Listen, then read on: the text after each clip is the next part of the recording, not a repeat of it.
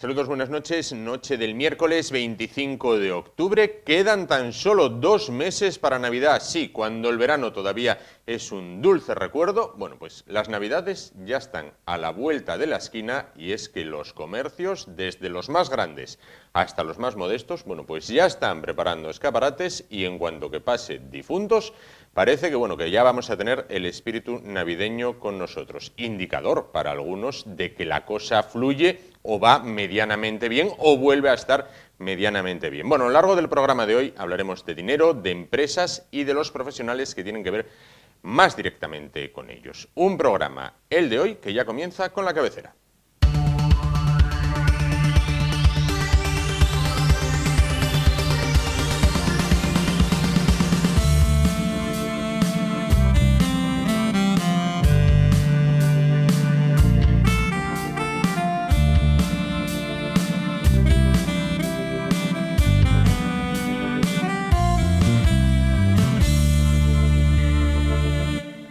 Bueno, y un año más, por estas fechas, bueno, pues se acerca la festividad del Colegio de Empresistas. Después, bueno, pues hablaremos por qué reciben este nombre, el nombre de empresistas. Bueno, se acerca esta festividad que se va a celebrar, los actos centrales de la misma van a ser el próximo viernes 27 de octubre a partir de las 5 de la tarde en la Facultad de Economía y Empresa, en la Facultad de Económicas, en el campus del Cristo, más concretamente en el aula magna. Bueno, pues para hablar de estos actos, para hablar de la profesión, para hablar de los profesionales que integran el colegio y de cómo está el tema de aquí, de cómo está el tema del dinero de la manera más cercana, tanto para el contribuyente, para el ciudadano, como para la pequeña, mediana empresa y también para la grande, bueno, pues se encuentran esta noche con nosotros Isabel Menéndez, secretaria del Colegio de Empresistas. ¿Qué tal? Buenas noches. Hola, buenas noches, Juan. Y junto a ella, Gabriel García, vocal de comunicación del propio colegio. ¿Qué tal? Buenas noches. Buenas noches. Bueno, pues un año más, festividad del Colegio de Empresistas. Sí, ya pasó un año. Ya pasó un año, pasa que vuela. Tenemos, bueno, como tú bien dijiste, pues eso, nuestra celebración, nosotros actos de homenaje a los colegiados de más de 25 años.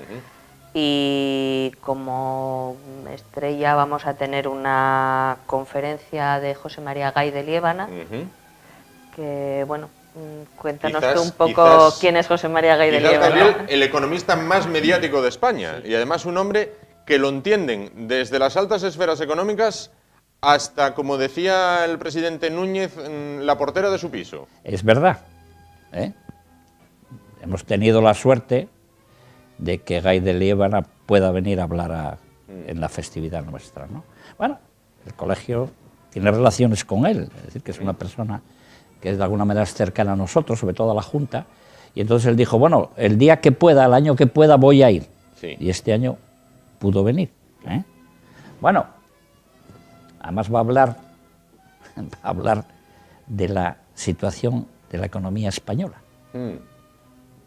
Y del impacto en la economía española del tema de Cataluña. No te puedo creer que se vaya a hablar de Cataluña. Sí. Nunca he oído hablar de este tema. Bueno, ahí tenemos el cartel de la convocatoria. Claro, es que hablar de economía en España ahora, sin hablar del impacto de la situación de Cataluña, claro, sin eso no se puede hablar, ¿no? Hombre, en mi opinión, el profesor lo que hace es explicar la economía para que la gente entienda qué es la economía. Y así, los que nos dedicamos a este oficio de la economía, no engañemos a la gente. Bueno, es importante. Sobre todo, muchas veces la terminología y tal, ¿no? Entonces, es decir, tiene esa gran virtud. Por eso la gente que queda un poco extrañada, bueno, esto es de la economía que habla. No, él explica bastante bien qué es lo que pasa. Y lo hace muy asequible. No sin rigor técnico, porque es un hombre que habla muy rigurosamente, pero tiene esa facilidad.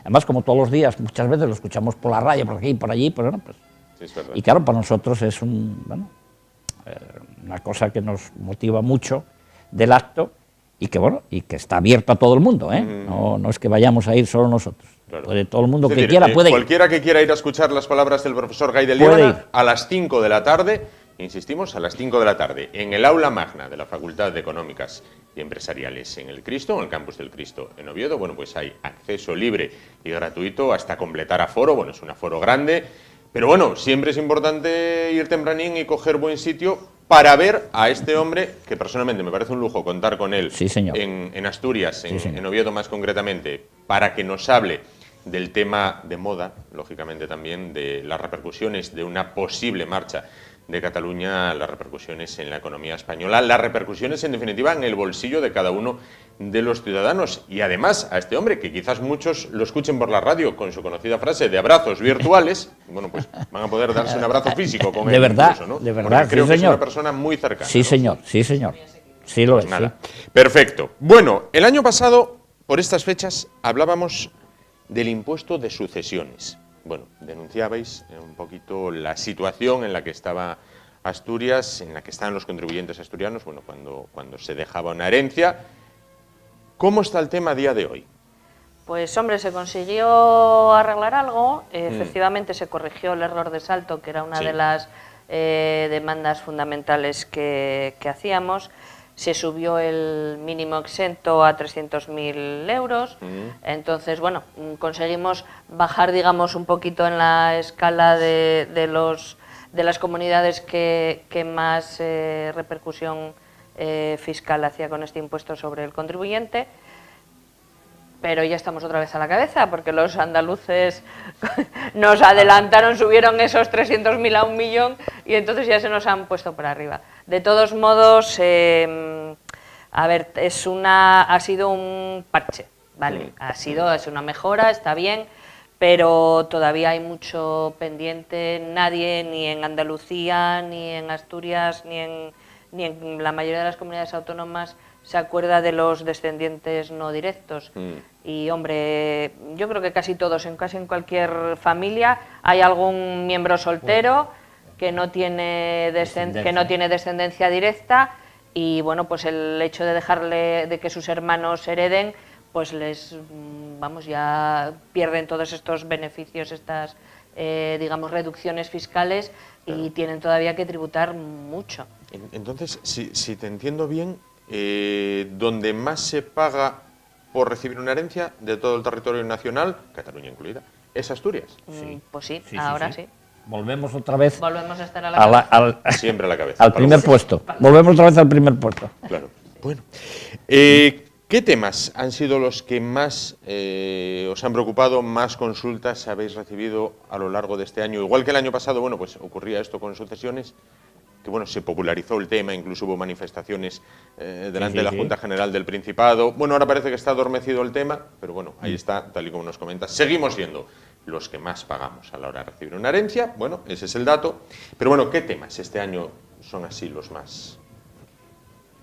Bueno, asistimos ahora a una modificación que puede ser importante. Sí. Normalmente, el modelo 347. El modelo 347 es el modelo en que cada empresa, todas las empresas y todos los profesionales, cruzamos las operaciones. Sí, sí. Yo digo lo que vendía mi cliente, Sí. y mi cliente dice lo que me compró a mí. Sí. Y lo que hace la administración tributaria es cruzar y comprobar y decir, bueno, pues sí, si este señor declara que vendió 10.750 euros, a ver lo que dice el otro, ¿no? A veces Claro. que diga 12 y entonces, bien, Sí. el cruce de datos. Bueno, esa declaración la presentamos en el mes de febrero. Bueno, pues la administración tributaria pretende que la presentamos en enero. ¿Y esto qué implica? Es imposible. Es imposible. Es imposible. ¿Por qué? Ya estamos. Es imposible. Claro que es imposible. Las facturas de diciembre, bueno, legalmente las facturas de diciembre por los servicios prestados, por ejemplo, a 31 los últimos días de diciembre, Sí. podían facturarse hasta febrero. Sí. Pero bueno, vamos a suponer que todo el mundo para cerrar el año cierra en ese momento y tal, y las hace. Normalmente, además en esa época que, bueno, están las Navidades Sí, también, están ahí, sí. bueno, suponemos que el 12, el 15 empiezan a mandar las facturas. Sí. Las empresas cerramos el IVA. Sí. Bueno, y una vez que cerramos el IVA, hay que verificar todo lo que compramos y todo lo que vendimos para declararlo. No tenemos tiempo, no hay tiempo material. Y no solamente es el problema de las empresas, es que, a ver, mira, en España, según datos de la Seguridad Social del mes pasado, de septiembre, hay un total de 2.870.000 empresas. De esas, solamente menos de 200.000 tienen más de 10 trabajadores, con lo cual nos quedan más de 2.600.000 empresas que tienen menos de 10 trabajadores.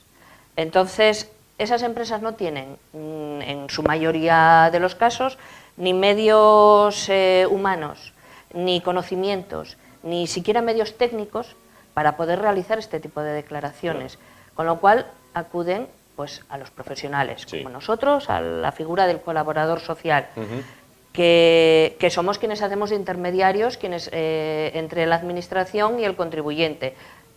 Cubrimos los impresos del modo adecuado, hacemos las comprobaciones, contabilizamos las facturas.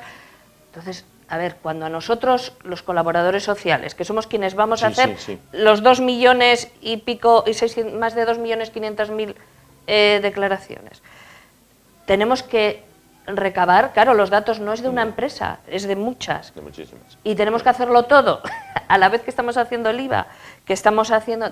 Es que cuando nos llegan las facturas, tener que contabilizarlas, procesar esos datos y hacer las comprobaciones que lleva el hacer una declaración que sea rigurosa. Con un mínimo de... Claro, con un mínimo de rigor. Es que es prácticamente imposible. No podemos tener... ¿Y a qué obedece que quieran adelantarlo? Pues no sabemos realmente. Un problema muy gordo que nos encontramos las empresas en general, sobre todo eso, la pequeña empresa, es que los legisladores se olvidan de que la gran empresa, las empresas de más de 50 trabajadores vienen siendo aproximadamente el 1 o el 2% del volumen de empresas nacional y, sin embargo, parece que solamente legislan pensando en esas empresas. Ya, claro. Y no reconocen que la problemática, la casuística y la operativa no tiene nada que ver y que la pequeña empresa necesita que la legislación se adapte un poquito a su funcionamiento. Entonces, pues no sé, parece que están en otras esferas y legislan para... Hay una descoordinación, ¿no? Claro, exactamente, ese es un problema muy grande. El que desde el Ministerio de Hacienda legisla, bueno, pues está pensando en una empresa muy bien organizada y tal, bueno, pues sí, oye. Claro. Pero claro, olvida la realidad de que el país, claro, el 90% son empresas pequeñas. Son pequeñas y medianas empresas. ¿Para quién legislamos? Claro, lógico. ¿A quién legislamos? Bueno, hablabais ahora de las empresas. ¿Notáis que la crisis se va yendo o se ha ido? ¿Notáis más alegría? ¿Notáis que la gente quiera emprender? ¿Que haya más consultas? ¿Que haya un poco más de movimiento? ¿O esto sigue de capa caída? Despacito, ¿no? Podemos poner ahora la canción. La canción. Hombre, un poquito sí, pero despacito. Claro, es que asistíamos a un proceso que no es que íbamos para adelante, es que íbamos para atrás. No estábamos ni parados, íbamos para atrás. Claro, no teníamos más que concursos. A ver cómo salvábamos aquella empresa, la otra, esta y tal. Claro, una empresa que pierde el 50% de su volumen, o hace un ajuste muy grande, o cerramos, ¿no? Hombre, esa situación ahora no la tenemos. A lo mejor todo el mundo que tenía que cerrar mal o bien cerró. Claro. Entonces ahora sí que se... Bueno, en lo que yo veo y en lo que yo comento, sí que parece que se nota, parece que se nota algo. Hombre, volvemos otra vez al monotema. Oye, ¿qué va a pasar ahora porque todo el mundo y tal, no sé qué? Bueno, evidentemente todas esas circunstancias grandes, claro, condicionan mucho a la gente, porque la gente siempre se dijo que no hay nada más miedoso que $1.000.000, ¿no? Entonces, nosotros no tenemos 1 millón, ¿no? Pero bueno, pero yo igual, con 1.000 euros dices tú, oye, a ver qué pasa aquí. Oye, date quieto, ¿eh? Claro. Date quieto. Bueno, pues yo tenía pensado comprar el coche, pero bueno, a ver si pasa esto, porque además la empresa mía tiene una filial allí en Tarragona, y entonces, a ver, claro, todo esto lo único que hace es frenar. Evidentemente, ya ya se observa ahora, ¿no? Porque Sí, bueno, sí, el sí, ritmo sí. de crecimiento del país Claro. parecía que se notaba algo, ¿no? Claro. Pero ahora, bueno, Se queda ahí un poco el Vamos- tema. vamos a Vamos a observar. hablar precisamente de lo que Gabriel definía como el monotema, porque además es verdad, a la hora que sea siempre se habla algo de ello, ¿no? Cataluña, hay éxodo de empresas desde Cataluña. Bueno, hasta ahora Asturias ha llegado la aerolínea Volotea. ¿Asturias sería un mercado atractivo para las empresas catalanas que deciden irse? hombre, lo es. Es decir, estamos en presencia de una región Sí. con una tradición industrial grande. Sí. ¿eh? Evidentemente, las empresas banderas nuestras por la reconversión, el acero, Sí. el hierro, Carbón. el carbón, la empresa... Esas tienen problemas. ¿bien? Pero Asturias tiene esa tradición, tiene gente muy preparada, sabe hacer, conoce Sí. lo que es una industria.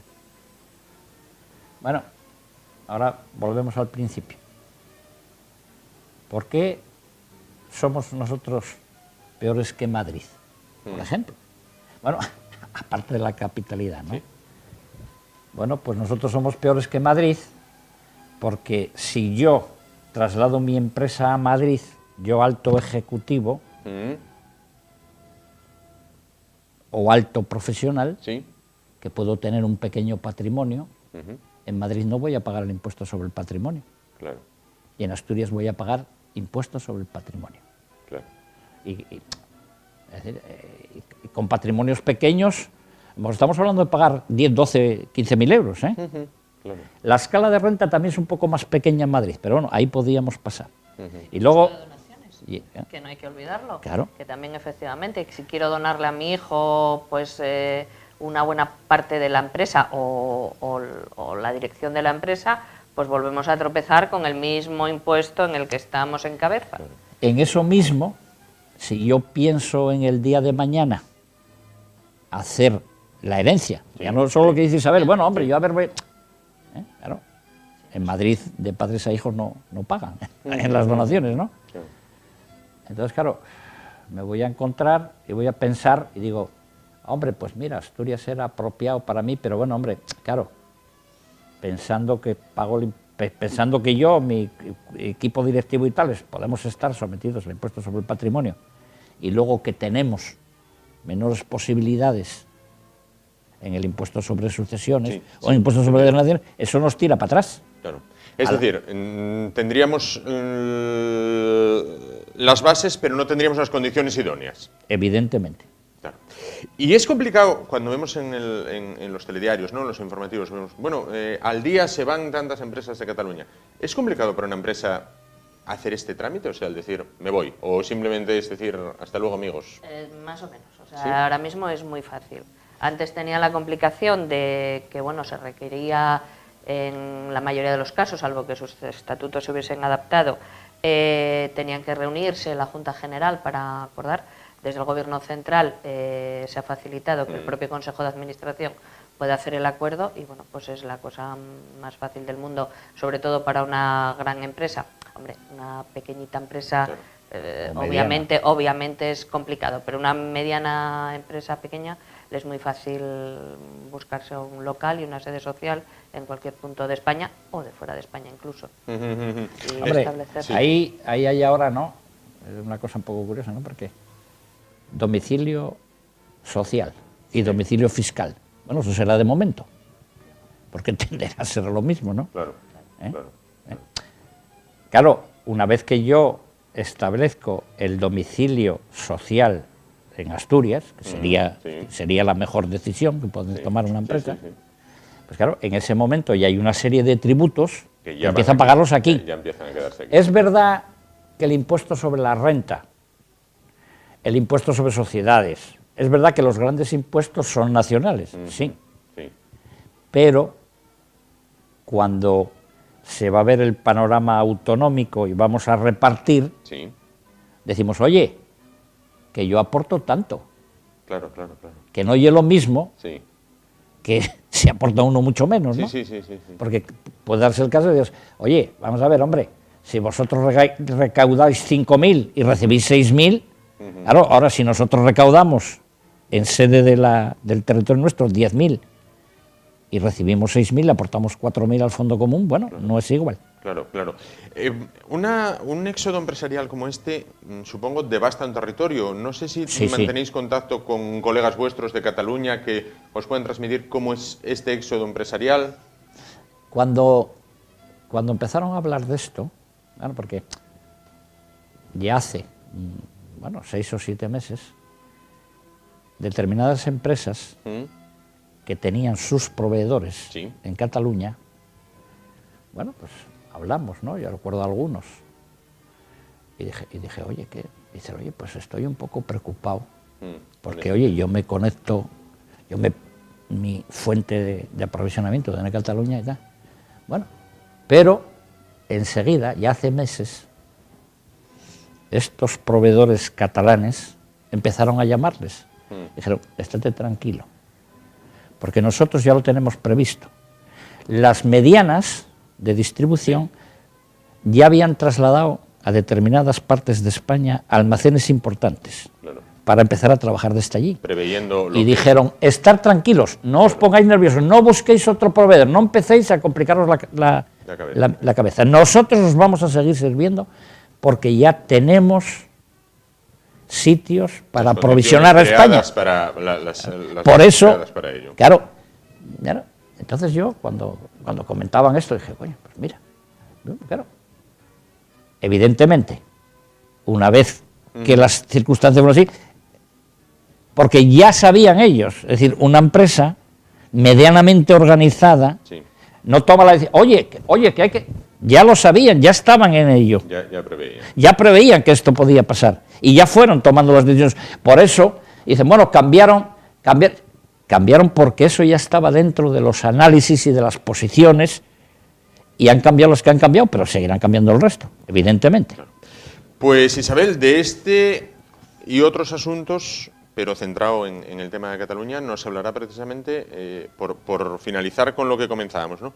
El profesor Gay de Liébana, recordamos, Facultad de Económicas Empresariales, Campus del Cristo, viernes, ahí tienen el cartel, viernes 27 a partir de las 5 de la tarde. Isabel, Gabriel, simplemente que invitéis al público, bueno, que quiera asistir, a los asturianos que quieran asistir, tanto estudiantes que están en la propia facultad, que siempre es interesante escuchar a una persona de este calibre, como la gente que lo oye por la radio con los abrazos virtuales. Entonces, bueno, que invitéis a las personas a que acudan. Por supuesto, sí, desde aquí hacemos un llamamiento a que todo el mundo pues se tomen el esfuerzo de subir hasta el Cristo, que además con estos días tan fantásticos que tenemos es un paseo, y serán muy bienvenidos y esperamos tener el aula magna llena. Claro.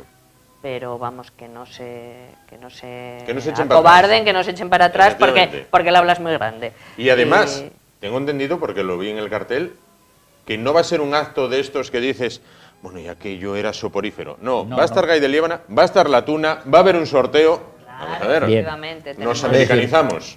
Nosotros usamos como denominación empresistas, porque lo que somos, ¿no?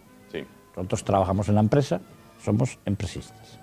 Pero el colectivo que agrupa son los antiguos profesores y peritos mercantiles. Digo antiguos porque son profesiones ya desaparecidas de las antiguas escuelas. Agrupa todos los diplomados en las distintas ramas de las ciencias empresariales y todos los licenciados y grados en administración y dirección de empresas, que es un colectivo significativo. Bueno, también, que no lo dijimos, una de las colegiadas nuestras de honor es Susana López Ares, la diputada nacional. Bien, la diputada nacional, hombre, salvo circunstancias excepcionales que tenga que dar en Madrid, o la llamen y tal, va a asistir, ya confirmó su asistencia. Y lógicamente, yo que voy a llevar el tinglao, además, le voy a dar la palabra. Bien. Y voy a ver si se moja en esto mismo. Oye, Susana, esto a nosotros, bueno, os te lío, aquí vamos a... Sí. a fichar algo tal, bueno, ¿qué? ¿Para Claro. qué? Bueno, para que ella dé una visión también desde el ámbito de la empresa, pero bueno, más acercada a nuestra tierra, ¿no? Que va a ser, creo yo, muy interesante. Sin duda, pues ahí lo tienen, insistimos, viernes 27 a las 5 de la tarde en la Facultad de Económicas y Empresariales, en el Aula Magna más concretamente. Isabel Menéndez, secretaria del Colegio de Empresistas de Asturias, Gabriel García, vocal de comunicación de este colegio. Muchísimas gracias por estar esta noche con nosotros y todo el éxito del mundo para esta conferencia que cuenta con un conferenciante de lujo como es Gay de Liébana. Y a la hora de despedirnos esta entrevista y hablando de Gay de Liébana, solamente antes de ir a publicidad tengo que enviarles abrazos virtuales. Nos vemos a la vuelta de publicidad. Hasta ahora.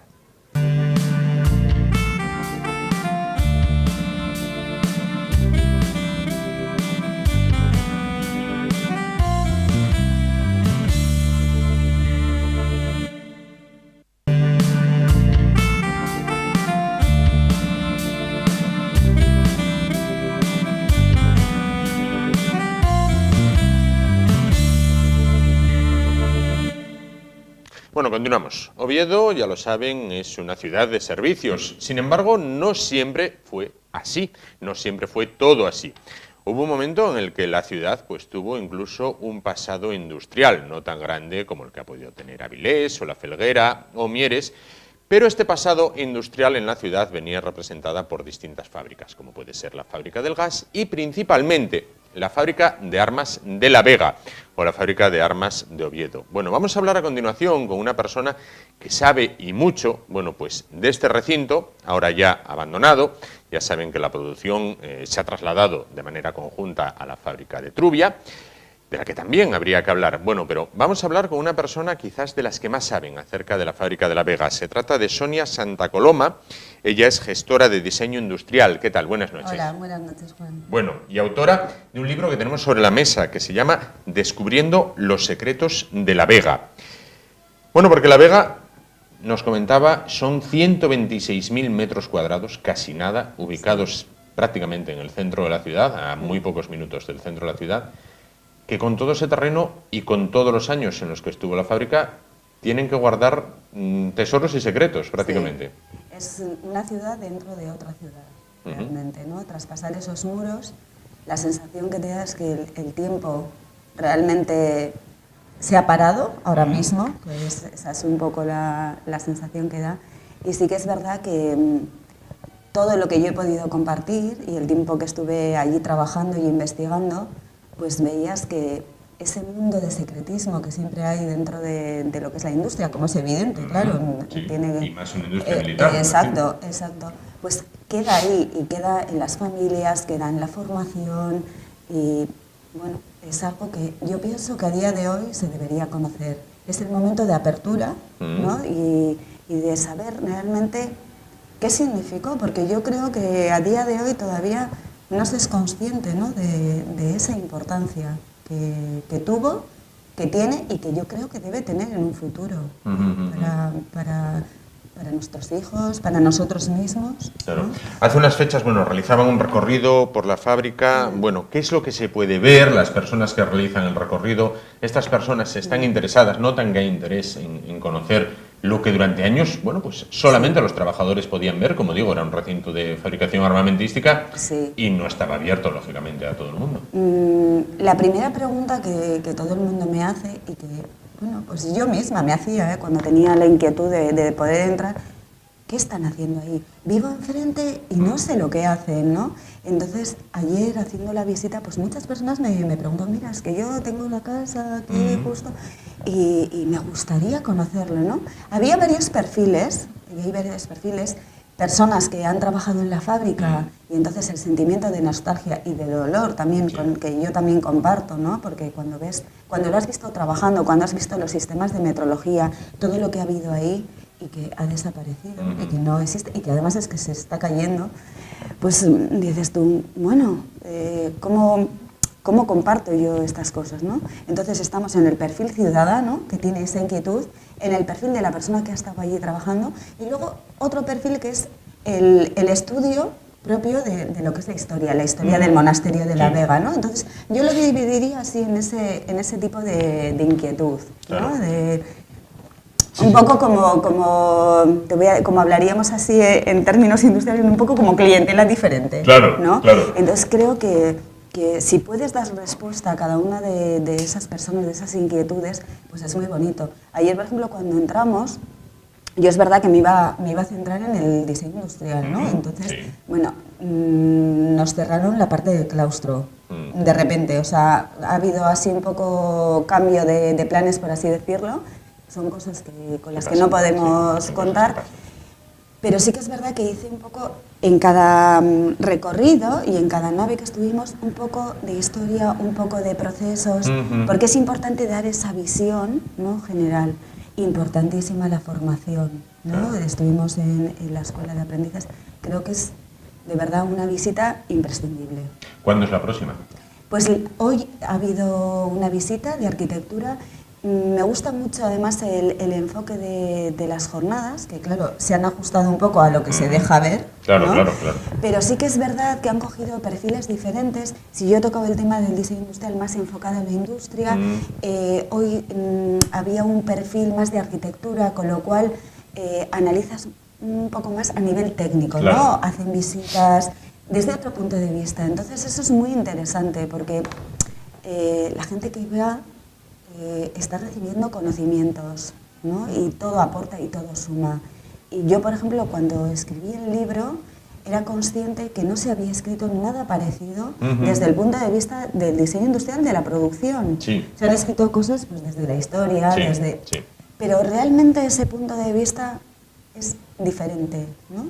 Es algo que bueno, y de hecho, ex trabajadores que lo leyeron, me trasladaron pues, bueno, un poco es verdad, tienes razón, y dejas patente ese proceso tan importante, y yo buscaba el buen hacer. Claro. No tanto el tema armamentístico como armamento, ¿no? Porque es una cosa que, bueno, no dejan de ser armas y no dejan de ser cosas que matan, ¿no? Entonces, bueno, sí, pero tampoco... Claro. Entonces, ahí es una cuestión de... Yo buscaba una metodología y un buen hacer, y eso lo hay. Lo hay y es demostrable, ¿no? Entonces yo eso era lo que quería trasladar a la ciudadanía. ¿Qué grado de conservación tiene lo que aún queda dentro de la fábrica? Quiero decir, por ejemplo, mucha gente ve lo que muchos conocen como el Castillo Rojo, que es bueno, pues, la puerta principal. Está que se cae. Está que se cae. Luego están los chalés de la tenderina, que exteriormente parece también que se caen. Sí, bueno, por dentro yo creo que no me atrevería ni a pisar nada. Claro. Esos chalés además guardaban, porque realmente no hay nada. Son bien bonitos, al menos exteriormente. Sí. Ahí existían, piezas artísticas. Luego, por ejemplo, cada general o cada director y cada maestro elegía al aprendiz que destacaba en una disciplina determinada, y entonces ha habido obras, pues desde las maletas de cuero y tal. Todos esos chalés han estado llenos de obras de arte. A día de hoy no queda nada. Cuando dicen, por ejemplo, pues la biblioteca está que se cae. Hombre, está que se cae el edificio, pero los volúmenes no existen ya. Me sorprendió ayer en la visita en la Escuela de Aprendices que existe documentación, o sea, hay exámenes, hay cosas, y dices, bueno, ¿no? Que parece que es como que han dicho, venga ya, vamos a marcharnos y salir todos corriendo, ¿no? Entonces, bueno, pues... es un deterioro importante. Y yo, por ejemplo, entré, el trabajo lo realicé en 2001. En 2001 se cerró en el 2012. Pude entrar del 2001, entré después con Pablo Presa, con el último director, y el deterioro ha sido, ayer cuando entré, digo yo, madre mía, porque la vegetación se está comiendo todo. ¿Hasta qué punto, claro, los expertos pueden valorar a nivel de recuperación? Y cuanto más lo dejemos, o sea, más es peor. Claro. La ciudad está inmersa ahora, en el futuro de esos terrenos. El Ayuntamiento reclama defensa, que pertenecen a la ciudad. ¿En su opinión? Hay una parte que se está reclamando, que es lo que es la parte del camino, del monasterio, pero sí que es verdad que para mí deberían recuperarse todo para la ciudad. Quiero decir, habrá cosas que sean irrecuperables porque económicamente no se sostengan, Claro. y habrá que hacer una valoración. Pero nos tenemos que dar cuenta que es un tipo de arquitectura tremendamente interesante, funcional, pensada para un trabajo. Esa claridad que uno... Yo vengo de trabajar del mundo de la automoción ahora, Sí. en un edificio moderno, donde he estado trabajando con LEDs, y era una sensación de claustrofobia De vivir en la casa del Gran Hermano, O sin sea, ventanas, sí. tremendo, ¿no? Y dices tú, estamos apostando por unas arquitecturas y por un modelo que, Dios mío, dame estos edificios, dame esta claridad. Entonces, ¿posibles reutilizaciones? Pues mira, es tan grande el lugar que puedes apostar desde una ciudad universitaria. Tenemos un nivel artístico. Cuando yo estudio en el libro las enseñanzas, y digo, hay muchísima inmigración a nivel artístico. ¿Por qué nos vamos? Es que hay sitio para todo, para industrias creativas, para temas de tecnología, para temas de investigación. Tenemos una población, somos una población muy envejecida. Sí. Vamos, no se podía hacer incluso estudios de, bueno, pues de investigación a nivel de dolor, a nivel de tercera edad. La fábrica en un momento determinado hizo estudios, y yo pude compartirlos con el director, hizo estudios con una empresa de MBA en temas de implantaciones quirúrgicas, ¿no? Y recuerdo estar reunido con él y me dice, Sonia, espera un momento. Entonces se metió en su despacho y sacó una rótula hecha en titanio. Es una precisión, o sea, todo el buen hacer de la fábrica estaba buscando también una diversificación, ¿no? Entonces me enseñó, a mí me interesaba muchísimo, realmente, porque yo misma, y yo lo cuento en el libro, yo misma sufro ese tipo de dolores, ese tipo de implantes, tal, ¿no? Entonces decía yo, ojo, ¿y cómo? Pues mira, hemos hecho un acuerdo, realmente un acuerdo, investigación, industria, Estado, es súper importante Claro. a nivel tecnológico. Entonces, ese conocimiento, que por desgracia, claro, se ha perdido, pero sigue existiendo, porque sigue existiendo, sí, claro, señor. las personas se han formado. Entonces yo decía, por favor, no perdamos ese buen hacer, porque cuando tú eres dueño de un conocimiento, tienes un poco la sartén por el mango, ¿no? Sí, sí, sí. ¿Sabes? No dependes de cosas de fuera, sino, mira, vamos a ser pioneros en este campo, busquemos. Siempre tiene que haber una estrategia. Entonces yo creo que a veces lo que fallan son las estrategias de lo que queremos. ¿Queremos apostar por una ciudad de servicios y de turismo? Vale, montemos una estrategia en función de ese camino. De a donde queremos ir, a donde queremos llegar, sí, exacto. efectivamente. Entonces, creo que va todo en función, pero espacio hay de sobra, Juan. Claro. O sea, No, espacios inmensos, 126.000 metros cuadrados, vamos. Entonces, propuestas. Y lo mismo que hablamos de La Vega, yo creo, en su día, yo también trabajé en la fábrica del gas, que hicieron una propuesta, ¿no? Y dices tú, no será por... Que está medio abandonada, por no decir abandonada entera. Sí, no será por propuestas, no será por ideas, Claro. no será por personas que realmente queremos aportar algo más, ¿no? Sin duda. Pero, bueno, pues ahí está. Claro. Hagamos algo, se necesitan traer inversiones, se necesita apostar y se necesitan también cosas reales y valorarlas, porque yo creo que hay mucha gente cualificada y mucha gente que lucharía por proyectos. Y yo ayer ponía una nota en un papel que entregué porque no teníamos ningún medio técnico. Entonces para mí era bastante difícil trasladar en una nave que está absolutamente vacía, decir, bueno, señores, aquí había 9 fases en las que pasamos desde un tratamiento de una madera hasta el arma final, ¿no? Todo ese proceso. Entonces, sí que es verdad que dejé una nota que bueno, era un poco la impronta de la FAO, ¿no? Que una nación sin industria es una nación que está abocada al fracaso. Entonces también tenemos que pensar en eso. Está muy bonito pasear, está muy bonito los parques y todo, pero necesitamos un tipo de industria. Entonces apostemos por ello. Claro. Vamos a hablar, nada, muy brevemente, de la fábrica hermana, la de Trubia. ¿Guarda también secretos y tesoros por descubrir? Más allá de la fenomenal biblioteca y la colección de bustos hechos en bronce. Pues a mí me parece, bueno, Trubia sigue en funcionamiento, con lo cual, claro, los procesos, guarda cosas de La Vega, evidentemente, maquinaria y mucho conocimiento, y ahora mismo tiene un proceso, o sea, ellos están fabricando, entonces posiblemente estarán en lo último de lo último a nivel de tecnología. Claro. Estamos hablando de un campo que siempre tiene que ir por adelantado. Vanguardista, sí. Vanguardista. Entonces, habrá mucho que decir. Ahora, que dejen entrar, yo tuve la gran suerte, y realmente lo dejo por escrito, cómo fue ese momento de poder entrar en la fábrica de La Vega. Es que se cruzaron como de repente, confluyeron como muchas cosas para que una persona interesada en buscar el origen del diseño industrial pudiera entrar. Entonces, claro, incluso siempre me da muchísimo respeto volver a entrar, ¿no? Porque hay una especie como de pared, siempre como de ocultismo, ¿no? Y también me lo trasladaba ayer las personas que estaban haciendo conmigo la visita, ¿no? Me dice, bueno, aquí hay una sensación como de secreto. Digo, sí, pues Trubia tiene ese mismo secreto. Ahora, planteamientos, yo siempre digo, ayer hablaban de hacer un museo, bueno, porque hay muchísimas cosas desperdigadas, ¿no?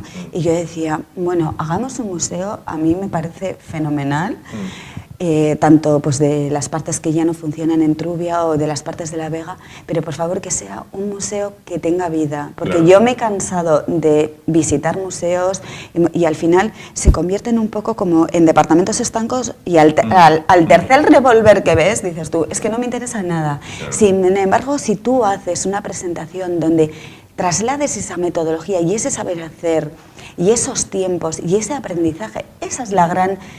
El gran corazón de estas fábricas, que no existe hoy en día. Eso es lo que nosotros debemos transmitir a nuestras generaciones. Eso se ha perdido, ese respeto a lo que es la figura de esa persona que te está enseñando, ¿no? Entonces, realmente yo lo he trasladado y decía, bueno, si queremos hacer un poco un recordatorio, ¿no? Y de esa diversificación, pues para mí, pues ejemplos, por ejemplo, visitando el Museo de Éibar, sí que es verdad que la ubicación te puede gustar más o menos, pero sí que es verdad que el planteamiento de trabajos manuales y luego la diversificación en las demás industrias está muy bien conseguido. Entonces miremos ese tipo de modelos y nosotros es que podemos mejorarlo, porque yo siempre me decían, es que miras igual al País Vasco y tal, digo yo, sí, pero yo no lo miro a veces como un referente, porque en muchas cosas nosotros lo superamos, ¿sabes? Entonces... podemos dar mucho más, ¿no? O debemos. O debemos, sí. Para finalizar, ¿qué es ser gestora de diseño industrial? Mira, las personas que nos formamos en esta disciplina, que habitualmente en otros países está incorporado ya en los planes de estudio, somos personas que nos dedicamos a diagnosticar, por hacerlo así como un lenguaje así coloquial, una especie de radiografía de lo que es la empresa, y asesoramos un poco en las mejoras que se tienen que hacer. No todas las soluciones vienen a lo mejor por una implantación de diseño, por una implantación de organización, ¿no? Entonces, mi labor ha sido, y he trabajado con sectores desde la madera, iluminación, galvanizadoras, ¿no? Y hemos hecho conjuntamente, es una reflexión conjunta de, bueno, ¿cómo estamos? ¿No? Y entonces, en mi primer libro, lo que no nos cuentan del diseño, hago una reflexión conjunta de mis vivencias como... bueno, como consultora. La palabra consultora es un poco como que asusta un poco, ¿no? Entonces, es una especie de compartir contigo cómo estamos, cómo nos vemos, y cuando me ha tocado realmente realizar ese tipo de trabajos, y ahora mismo, por ejemplo, voy a hacerlo con una empresa de vidrio de Bilbao, las respuestas, tú vas viendo en la cara de las personas con las que compartes, ahí va, sí, estamos fallando en esto, pero es que nunca tienes tiempo porque la vida de la industria va muy rápida y tiene que ir muy rápido, ¿no? Entonces, no hay esos momentos de, bueno, voy a parar y, uy, en esto no he caído, ¿no? Y es muy importante también que los gestores de diseño, en este caso, conozcamos también la oferta que hay en el mercado, ¿no? Porque yo te digo, mira, podemos hacer un tema de producto. Necesito conocer qué buenos profesionales hay en este mundo, porque no todo vale. Entonces sí que es verdad que yo me he encontrado que no ha habido buenas experiencias, entonces eso ha llevado a no confiar en un sector determinado. Pues no, entonces es puro conocimiento y traslado de un lado a otro, y sobre todo una cuestión de lenguaje, porque la empresa probablemente está hablando un lenguaje y las personas que están ofertando sus servicios otra.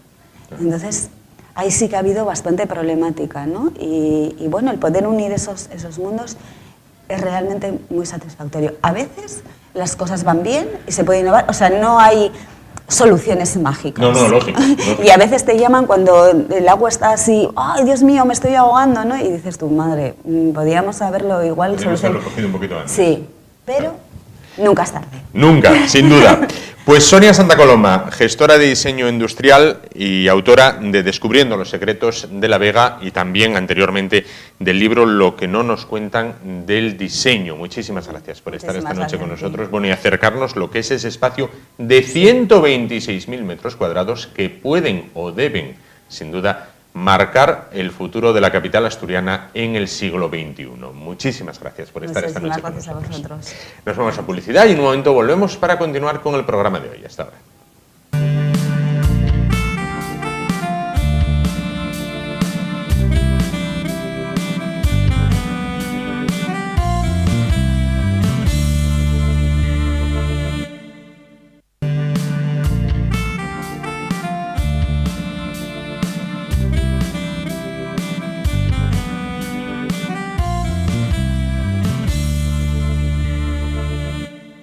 Bueno, pues continuamos. Vamos a continuación a darnos un paseo por la historia porque hoy se cumplen 100 años, se cumple por tanto un siglo, de la Revolución de Octubre de 1917 que incumbró al poder a los soviets en Rusia, en lo que por entonces era Rusia, y pasó a ser la URSS, la Unión de Repúblicas Socialistas Soviéticas. Paseo por la historia.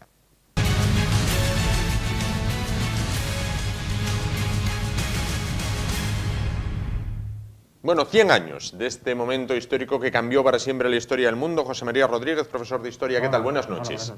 Bueno, cambió, tal día como hoy, la historia del mundo. Hace 100 años los soviets llegaron al poder en Rusia, por aquel entonces, ahora también Rusia, e instauraron la URSS, la Unión de Repúblicas Socialistas Soviéticas.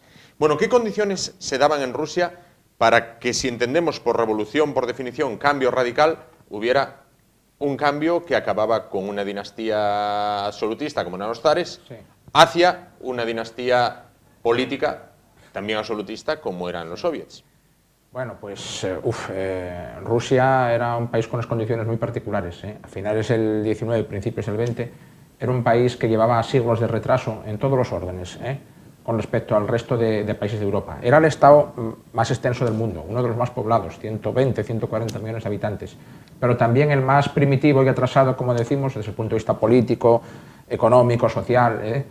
Bueno, desde el punto de vista político, el sistema era una autocracia, algo más allá todavía que una monarquía absoluta, un sistema de poder omnímodo, total. En manos de los zares. En manos del zar, sí, de la figura del zar, en este caso Nicolás II, de los Romanov, que se había negado, ignoraba totalmente lo que era pues, un sistema parlamentario, una constitución, derechos y libertades. Bueno, pues gobernaba como se gobernaba en Europa hacía 500 años.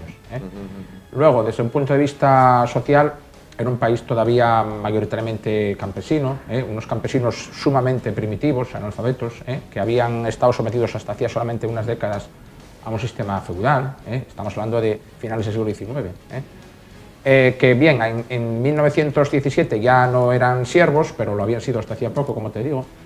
Existían ya obreros, Rusia era un país que había empezado con mucho retraso también la revolución industrial, pero bueno, ya había masas obreras significativas y que fueron protagonistas en la revolución, en ciudades como San Petersburgo o Moscú. Pero bueno, nada, Rusia estaba todavía muy lejos de compararse, de homologarse con el resto de potencias europeas, diríamos, pues eso, Francia, Alemania, Inglaterra. Dato curioso, cuando el zar era primo carnal de los reyes de Alemania, del Kaiser, por ejemplo, y de los reyes de Inglaterra. Sí, bueno, pues que eso era habitual y sigue siendo habitual entre las monarquías europeas. Quiero decir que no tomaba ejemplo de sus familiares. No, qué va, no. Rusia se mantenía totalmente al margen. Bueno, ¿qué lleva a Rusia a este hartazgo de la población y a rebelarse contra el zar, la Primera Guerra Mundial, esa sangría de muertos? Bueno, a ver, era un sistema que estaba fracasado en todos los sentidos. Solamente hacía falta algo, un acontecimiento externo que viniera a destapar sus miserias. Y eso ya vino, por ejemplo, cuando en 1905, una guerra contra Japón, una guerra en el Extremo Oriente. la guerra ruso-japonesa, que Rusia perdió aplastantemente, además contra una potencia que en aquel momento no parecía ser una potencia de primer orden, pero ya lo era, Japón, que nada, aplastó, derrotó navalmente y terrestremente a los rusos. Entonces, como reacción a aquella derrota, aquel fracaso, hubo unas primeras manifestaciones de protesta que fueron reprimidas brutalmente por los hombres del zar, por los cosacos, en San Petersburgo. Dispararon contra una multitud indefensa, causaron centenares de muertos, y eso provocó una primera revolución en 1905, que no bastó para derrocar al régimen zarista, pero ya fue un toque de atención. Sí. Un toque de atención que el zar no, digamos que ignoró. Es cierto que prometió cambios y reformas, pero al final esos cambios y reformas quedaron en nada. Hablo de 1905. Instauró un primitivo parlamento, una llamada Duma allí, pero era un parlamento títere en el cual el zar tenía siempre derecho de veto y lo ejercía. O sea que al final aquellas reformas quedaron en papel mojado. Y en esto llegamos a 1917 y comienza la Primera Guerra Mundial. Y Rusia participa ya en ella desde el primer momento. Pero claro, tiene enfrente a los alemanes. Y entonces ahí se vieron las carencias, las miserias del ejército ruso, enorme, gigantesco, pero también atrasado e ineficaz, que no paraba de sufrir derrota tras derrota frente a los alemanes. Entonces esas derrotas, pues nada más, estimularon el descontento popular, el descontento de los campesinos, que también, bueno, pues los campos eran abandonados, ya que los campesinos eran reclutados para la guerra.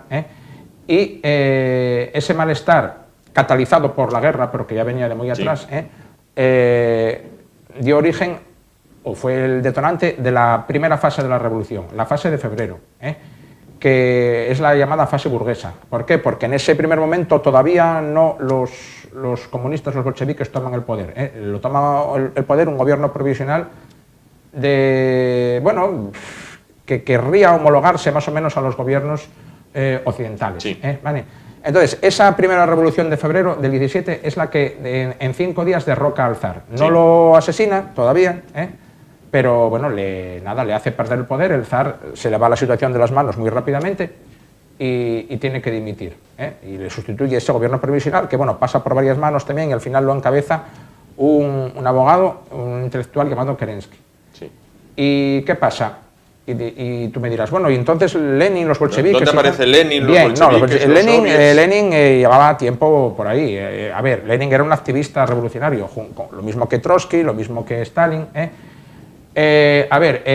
Los zares tenían una policía secreta que, bueno, reprimía, claro, a los revolucionarios. Ellos estaban en la clandestinidad. Lenin había huido.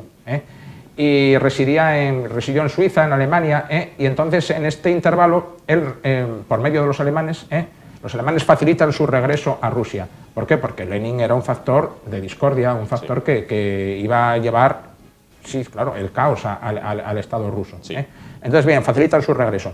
Entonces Lenin llega a Rusia y él se da cuenta que esa primera revolución no es la que ellos querían. Él está dispuesto a que el partido bolchevique, que es el otro nombre que podemos darle al partido comunista, asuma el poder. Entonces él está en contra de los zares, por supuesto, pero también está en contra de un gobierno burgués democrático. Sí. No es lo que él quiere. Entonces cree necesario poner cuanto antes en marcha la segunda fase de la revolución, la auténtica revolución, la que le lleve a él y a los suyos al poder. A ver, hacemos aquí un pequeño intervalo para hablar de Lenin y el bolchevismo. Bueno, Lenin en principio seguía las doctrinas de Marx, pero Marx decía, la doctrina original de Marx, pensada a mediados del 19, decía que la revolución habría de surgir espontáneamente por parte de las masas obreras en un país en el cual el capitalismo y la sociedad industrial estuviera ya plenamente desarrollada. Y más que desarrollada, que el capitalismo estuviera ya tan desarrollado que hubiera llegado a las últimas contradicciones. Sí. Pero claro, Lenin se da cuenta de que en Rusia el capitalismo no está desarrollado, los obreros no son demasiados, ni mucho menos, que allí lo que priman son las masas de campesinos. Sí. Y que si hay que esperar, iban a pasar décadas todavía antes de que se dieran esas condiciones que Marx preveía para la revolución. Entonces Lenin introduce modificaciones en la teoría marxista.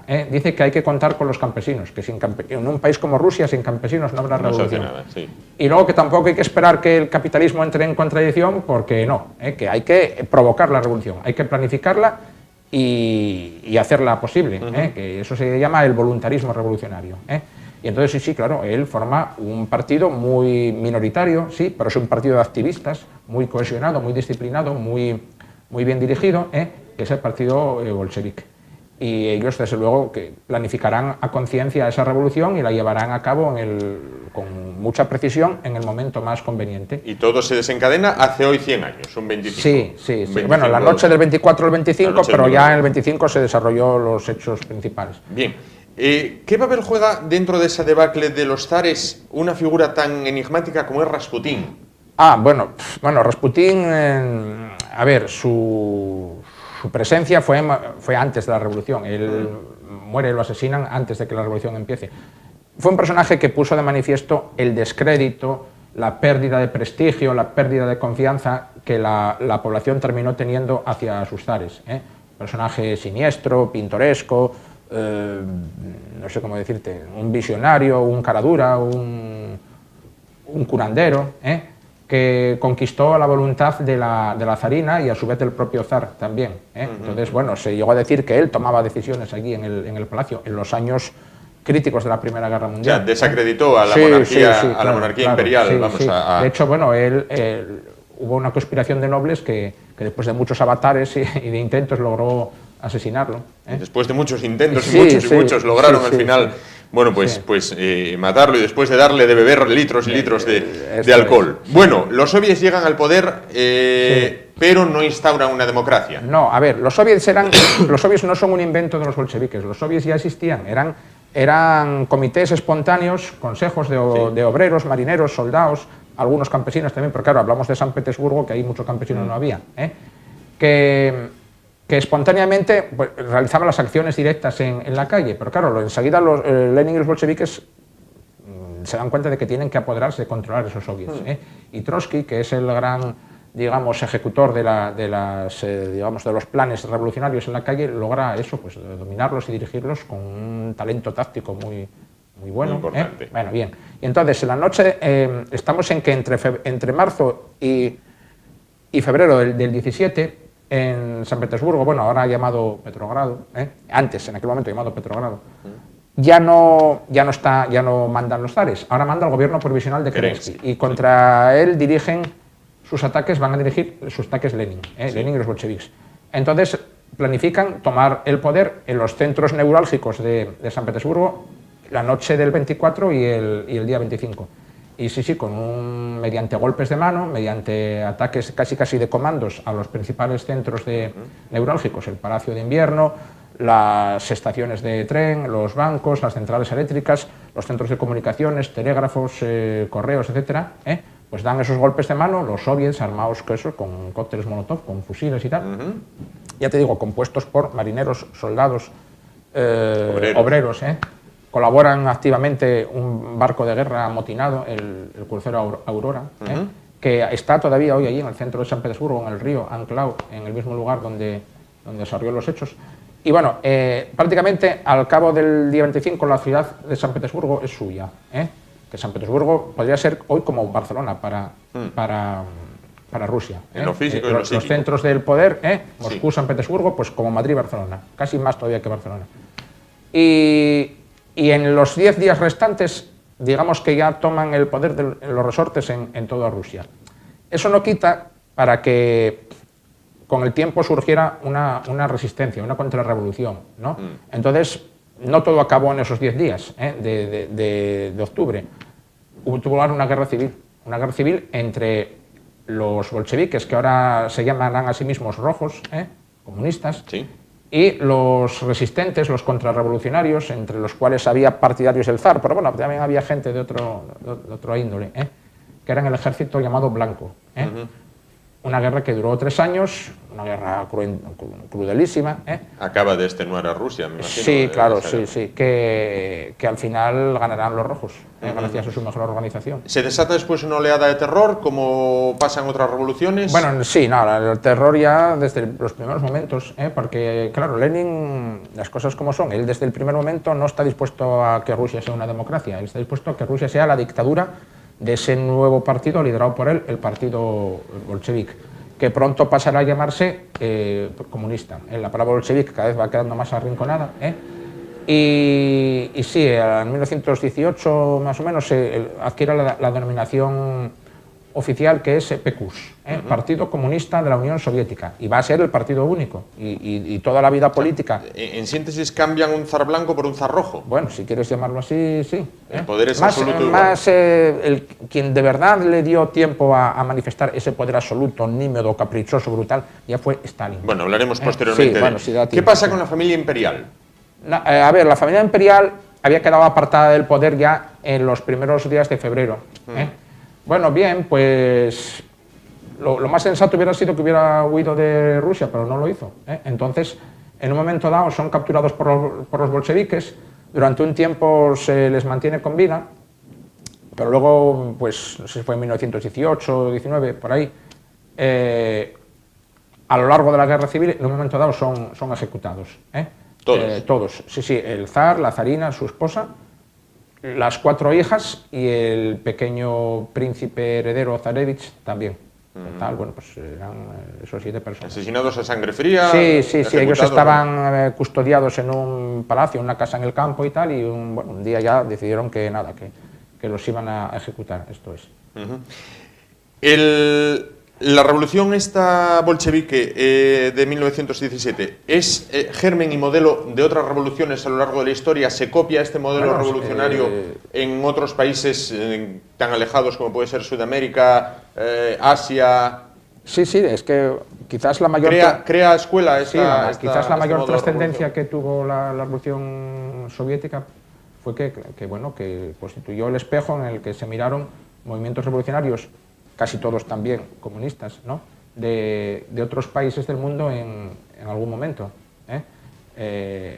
Y bueno, sí, la toma del poder de los centros decisivos de un país, de una ciudad, por parte de una minoría muy decidida y muy organizada, pues sí, eso creó escuela.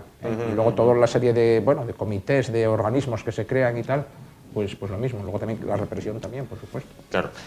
Hablando de esa represión, Lenin, gobierna durante unos años, Lenin muere y se desata una lucha por el poder, una lucha interna de la que vence Stalin. Esto es, sí, a ver, ahí, mientras Lenin vivió, pues él tuvo en su mano, a última hora que estaba enfermo, ¿no?, pero bueno, los resortes del poder. Lenin tenía una figura carismática, había gente ahí muy válida y muy capaz, como Trotsky, por ejemplo. Pero también estaba en la sombra, siempre agazapado en segundo plano, pero esperando su ocasión, la figura de Stalin, ¿no? Entonces, cuando Lenin muere, se desata ahí durante 3 años una lucha despiadada por el poder, en la cual Stalin va ganando puntos y va arrinconando, en un primer momento arrinconando políticamente, luego ya, poco después, ya ejecutando físicamente a sus posibles competidores que le podían dar sombra, Kamenev, Zinoviev, y luego ya el propio Trotsky, que Trotsky también era una figura de mucha envergadura, pero claro, no cabe duda que era el que le podía disputar a Stalin el poder y el protagonismo. Entonces Trotsky primero fue expulsado del partido, luego, primero despojado de sus cargos dirigentes, que además Trotsky había sido el artífice del Ejército Rojo, ni más ni menos, ¿no?, el cerebro militar del Ejército Rojo. Entonces Trotsky es expulsado de sus cargos, luego expulsado del partido, luego desterrado dentro de la propia URSS, luego expulsado de la propia Unión Soviética, se refugia en México y años más tarde, pues Stalin, que era un paranoico de mucho cuidado, que desconfiaba de todo el mundo, hasta incluso expulsado, pues ordenará a un agente español, por cierto, que lo asesine. Ramón Mercader, lo asesina con un piolet. Sí. Bueno, por otra parte, se desata también cualquier atisbo de reacción, utilizando las propias palabras de los bolcheviques, la reacción, cualquier tipo de oposición, es sofocada violentamente, ¿no? No hay contemplaciones. No, es un régimen totalitario. Ya, a ver, el momento en que ya la propia guerra lo exige casi, ¿no?, es durante la guerra civil. Es una guerra casi, digamos que sin prisioneros. Entonces, todo aquel que duda, ¿vale?, es acusado de ¿qué? De ser llamado blanco. Para blanco era ser contrarrevolucionario, y ahora ya merecedor, pues eso, de la pena máxima y tal. Pero bueno, luego ya lo que fue, digamos, la verdadera represión brutal, masiva, en la cual las víctimas se cuentan por millones, es ya con Stalin. ¿Cómo cuántas muertes se atribuyen a Stalin? Es que son, no sé, incontables. Vamos a poner decenas de millones, pues igual. Decenas de millones. Puede que casi sí. nada. Si contamos las muertes directas, más las muertes por hambre, más las muertes debidas a las penurias, a las deportaciones. Y el pueblo ruso... En todo el periodo en que Stalin estuvo en el poder, que estuvo desde 1927 hasta 1953, que fue cuando murió. Un cachín. Bueno, y el pueblo ruso, el pueblo llano, pasa del padrecito zar al padrecito Stalin. Bueno, para muchos casi no, sobre todo para los campesinos, que yo que sé si algunos notaron mucha diferencia después de todo. En fin, su condición no mejoró. Hubo un momento ahí en que algunos lograron ser propietarios de sus propias tierras y tal, pero eso no se les permitió tampoco. Hubo una etapa ahí en la cual Lenin calculó que había que permitir un periodo transitorio de capitalismo limitado, la llamada nueva política económica, para sacar a Rusia del pozo económico en el que estaba, pero bueno, luego ellos mismos cortaron con eso. Claro. Creían que, desde el punto de vista ideológico, que no era admisible. Y para finalizar, todo esto dura, el sistema soviético, hasta la década de los 90, donde ya todo se colapsa y la URSS se viene abajo. Sí, casi al mismo tiempo que el imperio soviético se derrumba. Fue todo un proceso casi paralelo. Se derrumba el telón de acero también, el sistema comunista también se viene abajo en los países satélites de la Europa Oriental, y entonces todo colapsó. Bueno, pues un pasaje por la historia, tal día como hoy, 100 años de la revolución que aupó a los bolcheviques al poder, que acabó con Rusia y donde nació la Unión de Repúblicas Socialistas Soviéticas, la URSS.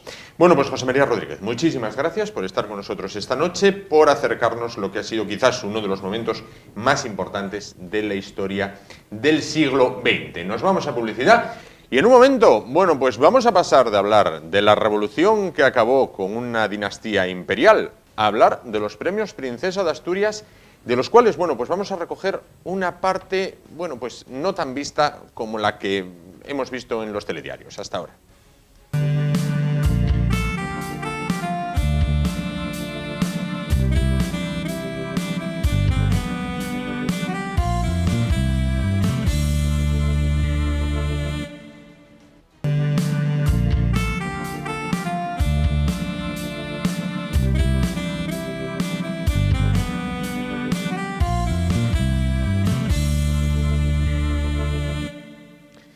Bueno, pues premios Princesa de Asturias, qué lejos quedan ya, ¿verdad? Bueno, pues fueron el viernes, sin embargo, bueno, aún colean y hoy queremos ofrecerles algunas imágenes, bueno, pues quizás poco vistas, quizás llamativas, no tanto en cuanto a lo que tiene que ver ni con los discursos de Su Majestad el Rey durante esta ceremonia de entrega, esta solemne ceremonia de entrega celebrada, como siempre, en el Teatro Campo Amor, ceremonia de entrega de los premios Princesa de Asturias, sino, bueno, pues de esa parte que lleva, bueno, pues el glamour, quizás algunas personas se fijen en el vestir, bueno, pues los premiados, el ambiente que se vive en unos premios que convierten a Asturias en general y a Oviedo en particular de capital mundial de la cultura globalizada. Bueno, pues este es un recorrido por la otra cara de los premios a ritmo de música.